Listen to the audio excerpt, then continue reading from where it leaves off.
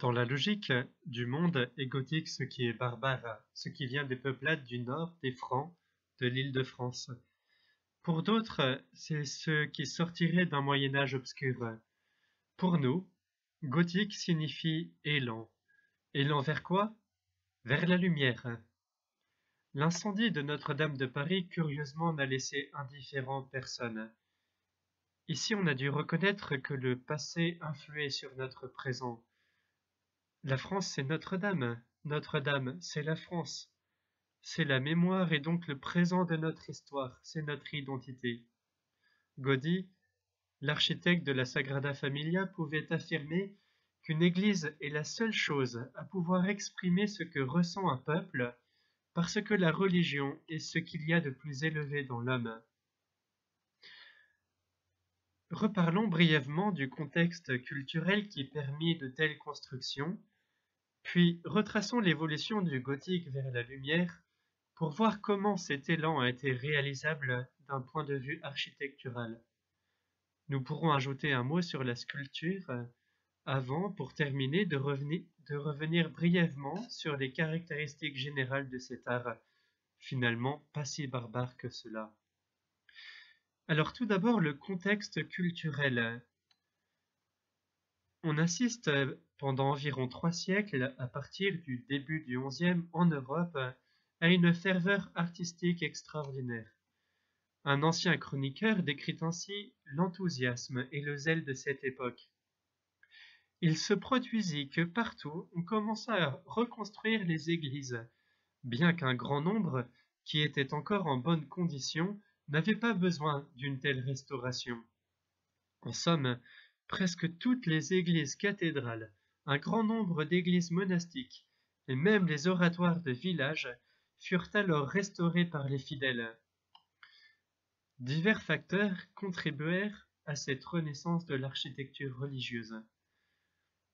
Premièrement, tout d'abord, les conditions historiques plus favorables, telles qu'une plus grande sécurité politique, accompagnée par une croissance constante de la population et par le développement progressif des villes, des échanges et de la richesse. Secondement, une unanimité caractérisée par la foi que nous retiendrons sous le beau nom de Christianitas. Elle conditionne également la construction de ces merveilles.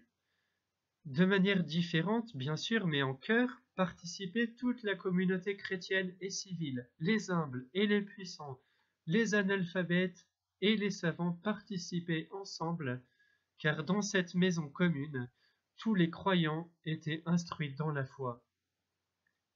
Ainsi, Maurice de Sully, simple paysan, devint archevêque de Paris et commanda le début de la construction de Notre-Dame. De même, son frère, également archevêque, commanda la construction de la cathédrale de Bourges. Troisième facteur, un nouvel humanisme, né de la foi et de l'approfondissement théologique des grands docteurs scolastiques. Cet humanisme ne sera pas sans influence dans le domaine de l'art religieux et plus largement dans cette aspiration de l'homme médiéval.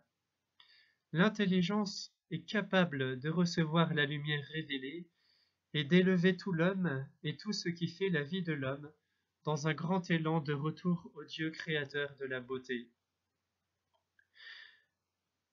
Une évolution architecturale vers la lumière. Le nouvel art gothique, né cette fois-ci en France, au XIIe et XIIIe siècle, avait deux caractéristiques nouvelles par rapport à l'ancien art roman, l'élan vertical et la luminosité. Les cathédrales gothiques sont une véritable synthèse de foi et d'art harmonieusement exprimée à travers le langage universel et fascinant de la beauté qui aujourd'hui encore suscite l'émerveillement, disait Benoît XVI. Grâce à l'introduction des voûtes sur croisées d'ogives, qui reposaient sur de robustes pilastres, il fut possible d'élever considérablement la hauteur. L'élan vers le haut voulait inciter à la prière et était dans le même temps une prière. La cathédrale gothique entendait traduire ainsi dans ses lignes architecturales, l'aspiration des âmes vers Dieu. Les fenêtres devenaient de grandes images lumineuses, parfaitement adaptées pour instruire le peuple dans la foi. Des vitraux peints, une cascade de lumière se déversait sur les fidèles pour leur raconter l'histoire du salut et les entraîner dans cette histoire, continuait le pape Benoît XVI. Ce n'est donc pas l'homme qui s'élève lui-même par l'œuvre de ses mains comme à Babel, mais c'est Dieu qui l'attire et l'élève vers le haut. L'art gothique bondit vers le ciel, en maîtrisant toujours plus les poussées horizontales qu'il convertit en poussées cette fois-ci verticales.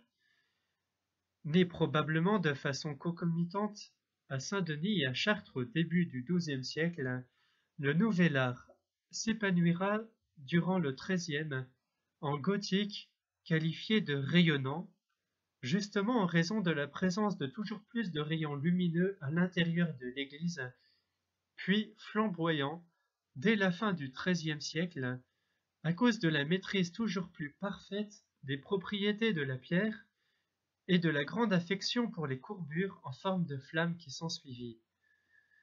Nous pouvons mieux comprendre le sens qui a été attribué à une cathédrale gothique en considérant le texte de l'inscription gravée sur le portail central de Saint-Denis. Passant, toi qui veux louer la beauté de ces portes, ne te laisse éblouir ni par l'or ni par la magnificence, mais plutôt par le dur labeur.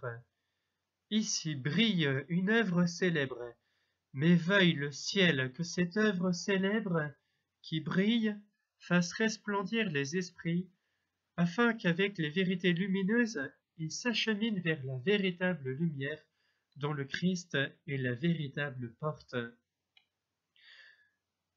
Mais comment l'architecture a-t-elle recherché puis trouvé la lumière? En quelques années, les découvertes architecturales se succèdent les unes aux autres comme dans une réaction en chaîne. À Saint-Denis, d'abord, nous trouvons dans le déambulatoire consacré dès 1140 une croisée d'ogives parfaitement montée. Chartres, quant à elle, verrouille les forces latérales et maîtrise les valeurs murales en donnant à chaque travée de la nef son unité intime et totale. Paris, de son côté, prend le parti d'appuyer les collatéraux sur deux puissantes tours, ce qui permettra de diminuer l'importance des tribunes dans le maintien de la cohésion de la nef. Plus tardivement, les architectes de Notre-Dame introduiront une innovation déterminante, l'emploi d'arcs-boutants qui rejetteront à l'extérieur les contraintes architecturales. Sens, consacré en 1164, en accentuant la courbure des voûtes, parvient à supprimer tout bonnement les tribunes de côté, permettant une invasion de la lumière dans la nef. Bourges commence à supprimer les tribunes. Elle introduit en plus deux innovations. D'une part, les 5 vaisseaux, les 5 nefs d'inégale ampleur, s'élèvent successivement comme un escalier jusqu'au sommet de la voûte maîtresse à plus de 37 mètres de haut.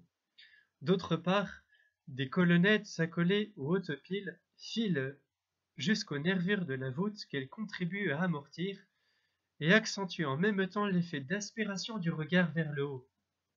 Grâce à ces deux idées géniales, la lumière sera distribuée de façon harmonieuse aux divers étages, unifiant ainsi le volume intérieur. Le chœur de la cathédrale d'Amiens, achevé en dernier en 1136, annonce déjà le style plus avancé, qualifié de rayonnant. Les autres grandes cathédrales, on peut dire, parachèveront ces découvertes et bénéficieront de l'apport des siècles ultérieurs. La maîtrise de la pierre et de ses contraintes s'achemine avec détermination vers son sommet, la Sainte-Chapelle, qui en sera un exemple fabuleux. Nous sommes sous le règne de Saint Louis, au milieu du XIIIe siècle. Ici, l'édifice ne repose plus sur des murs obscurs, mais flotte, pour ainsi dire, sur un triforium vitré, s'appuyant entièrement sur de minces colonnettes. La lumière a achevé ici sa conquête.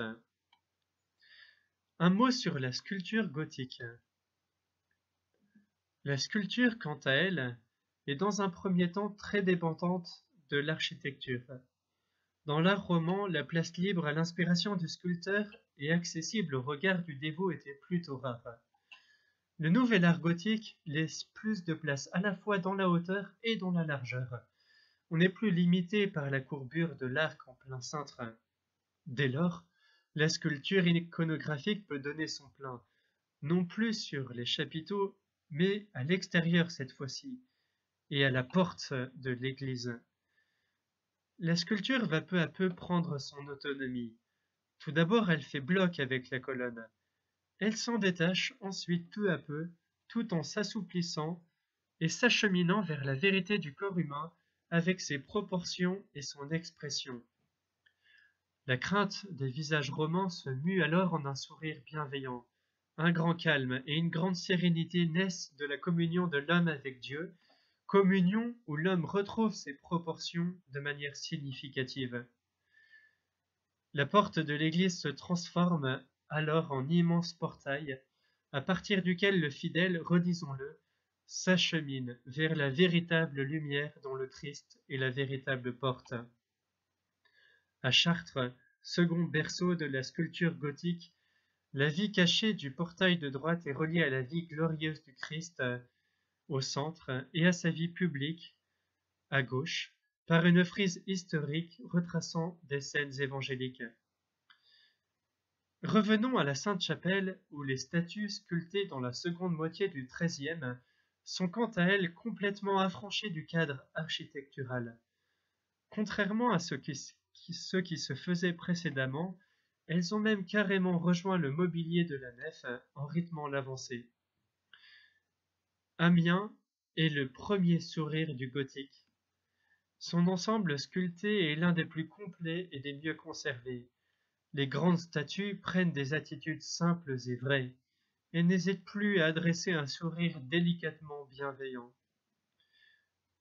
Celui-ci s'épanouira de manière merveilleuse à Reims, presque en hilarité, celle de celui qui ne met sa confiance qu'en Dieu. L'ange du sourire de Reims incarne l'épanouissement de l'homme et de l'art en ce dernier ensemble sculptural du XIIIe siècle.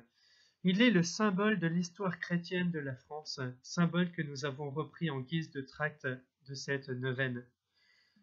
Les statues se détachent sur la façade, désormais largement, en sortent carrément afin de rejoindre celui qui, penaud devant sa misère, rentre dans la maison de Dieu. Je ne sais pas différencier le roman du gothique. Il suffit de lever les yeux et d'observer si les arcs permettent ou non de larges ouvertures, de voir si la voûte est rassemblée sur une clé d'ogive ou non. La présence d'arcs boutants peut être aussi un indice précieux. Pour terminer, soulignons que seule une écoute de Dieu, de la nature et des règles de son harmonie, et une écoute de l'homme également, pu permettre de telles constructions. Demandons pour nous une telle écoute et une telle ouverture.